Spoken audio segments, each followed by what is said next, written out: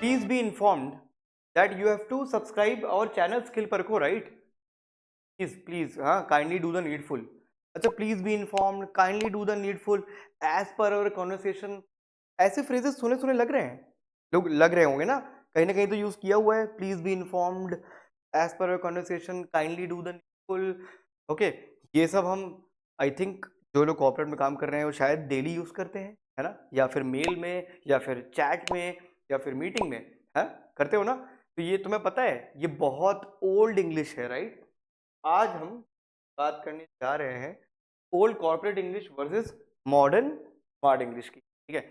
और क्योंकि सब्सक्राइब करने को कहा है तो ज़रूर सब्सक्राइब करिए स्किल पर्को को. अगर आपको कॉर्पोरेट सिर्फ पढ़ना ही नहीं है, जाना भी है, राइट. अगर आपको जॉब चाहिए, आपको आईटी में जॉब चाहिए, तो आप स्किल पर्को से कनेक्ट कर सकते हैं. आप हमारी वेबसाइट को ओपन कर सकते हैं skillperko.com. आप हमारे इंस्टाग्राम चैनल पे जा सकते हैं. हमारी यूट्यूब वीडियो तो आप सब्सक्राइब करने ही वाले हो अभी, राइट. और लाइक दबाइए, ठीक है. तो हमसे कांटेक्ट कीजिए, स्किल पर्को की वेबसाइट पे जाके हमें कांटेक्ट कीजिए. और अगर आपको जॉब चाहिए तो प्लीज़ हमसे जुड़िए. अगर आपको स्किल्स डेवलप करनी है, कम्युनिकेशन डेवलप करना है, प्लीज़ हमसे कनेक्ट करिए. खैर, तो आज हम बात करने जा रहे हैं old corporate English versus modern smart English की, ठीक है.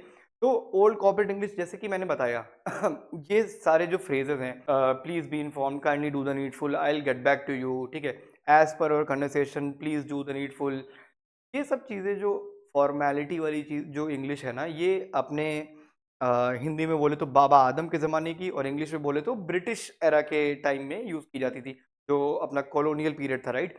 तो यार, मुझे तो लगता है यार हम लोग अब ब्रिटिशर से तो हम आज़ाद हो गए हैं ना. तो वो सेम इंग्लिश अभी यूज़ करने की ज़रूरत है क्या? नहीं ना.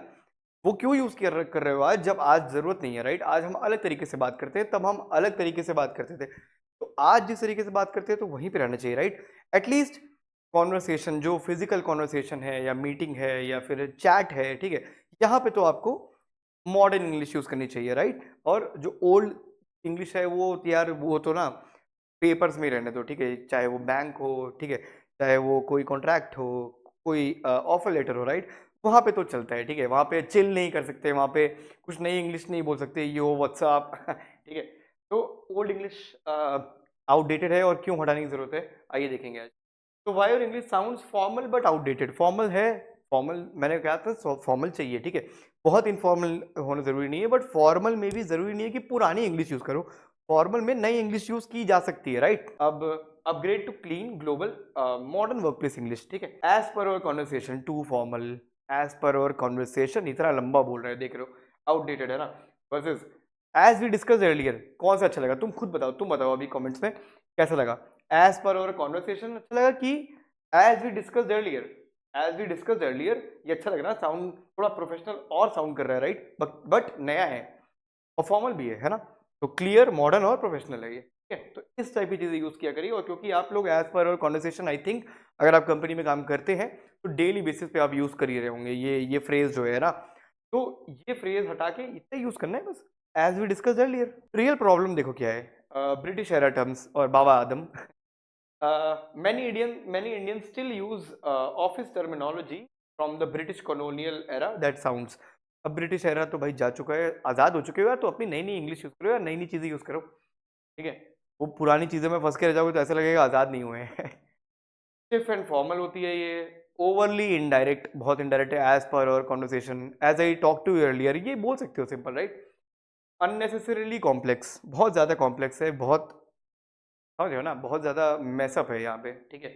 मॉडर्न वर्कप्लेस वैल्यूज में क्या है, today's professional environment rewards clarity, directness, efficiency in communication, ठीक है, and natural conversational tone. Natural लगे थोड़ी सी, एज वी डिस्कस्ड अर्लियर, ये नेचुरल है, right. As per our conversation, ठीक है, ये पुराना हो गया है. मतलब ये नहीं बोल रहा हूँ मैं कि ये खराब इंग्लिश है, बट आउटडेटेड है, ठीक है.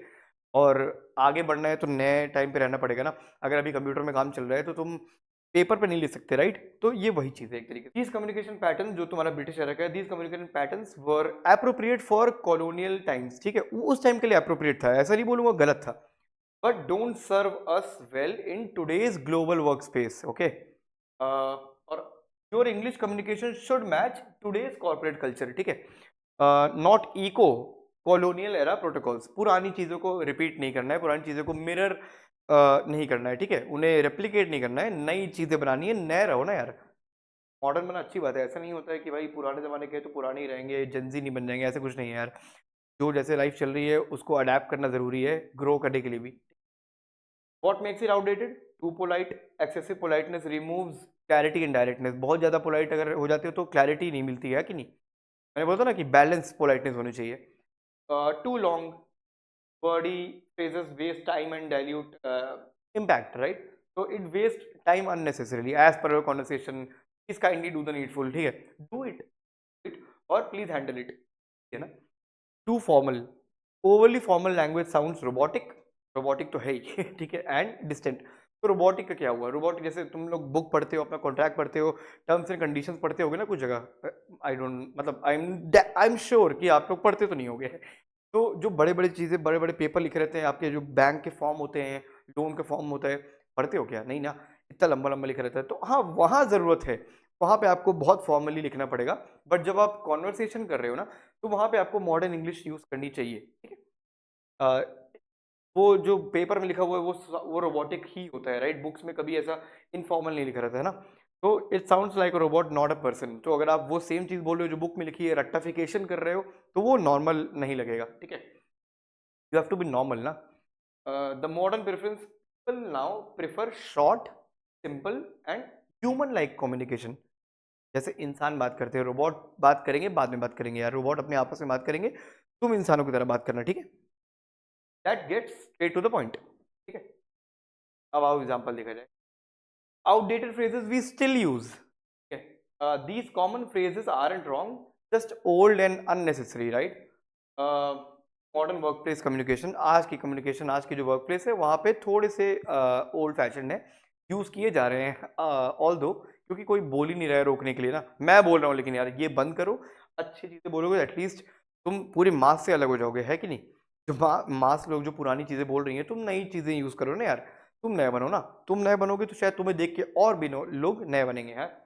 जैसे एज पर कॉन्वर्सेशन, इसमें क्या दिक्कत है? Too formal and indirect, people prefer straight forward references to time. Usages colonial era office communication, तब ये यूज किया जाता था, आज भी यूज किया जा रहा है, बड़ी दुखद बात है। काइंडली डू द नीडफुल ठीक, काइंडली डू द नीडफुल। वेग एंड ओवरली फॉर्मल, ठीक है, हैंडल दिस और टेक केयर ऑफ दिस, ये बोल सकते हो कि नहीं बोल सकते? ठीक है। वेग और ओवरली फॉर्मल, बहुत ज़्यादा फॉर्मल है। काइंडली डू द नीडफुल, हाँ लगता है कि अच्छा यार मुझे आ गया, ये बोल दूंगा मेरा काम हो गया। ना यार, ये बोल दो ना, please handle this Harshit, please handle this और टेक केयर ऑफ दिस, ठीक है? अब ये भूल जाना, हाँ, count kindly do the needful ऐसे भूल जाओ, ठीक है? अब तुम्हें यही यूज करना है, हैंडल दिस और टेक केयर ऑफ दिस, ठीक? Are clearer, okay, all right. British era office culture usages, ठीक है, ये सब ब्रिटिश एरा वाला ही है।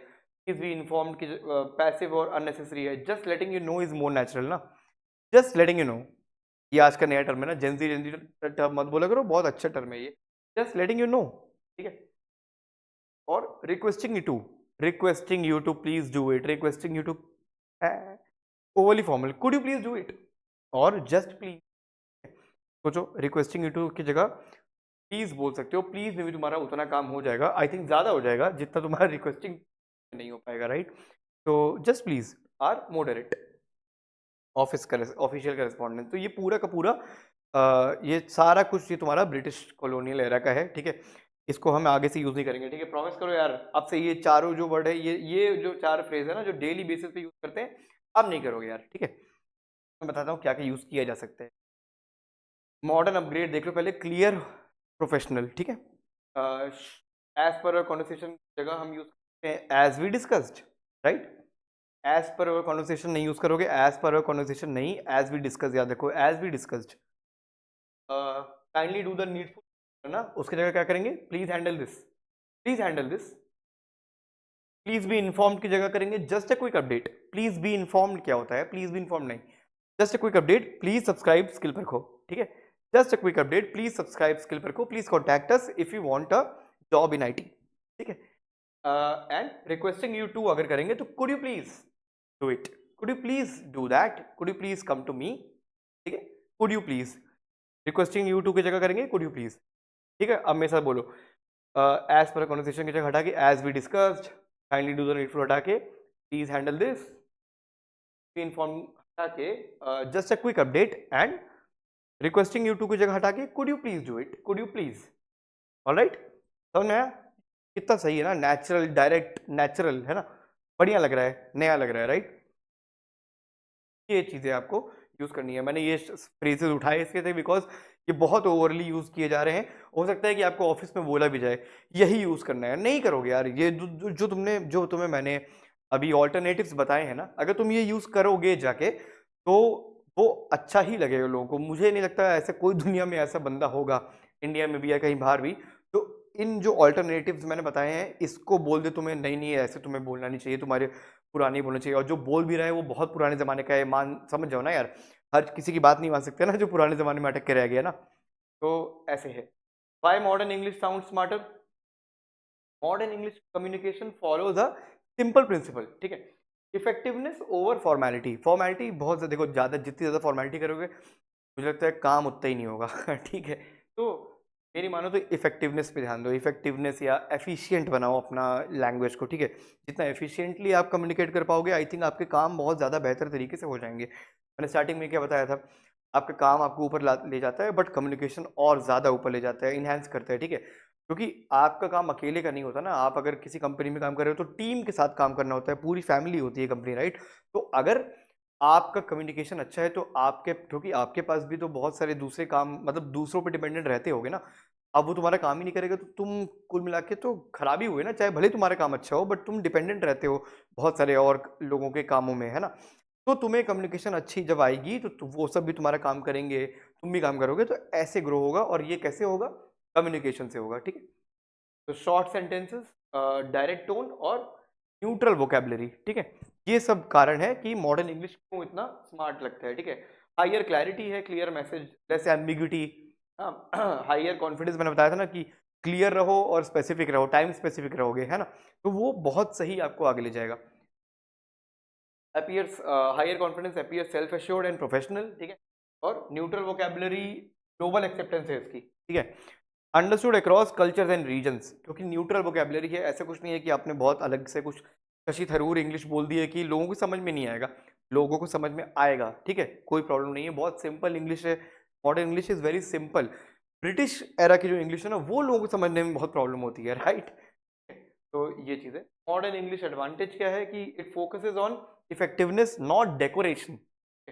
It communicates more with less, sounds more confident. It communicates more with less, देखा, ध्यान दो, sounds more confident and connects with diverse audiences. It connects with diverse audiences.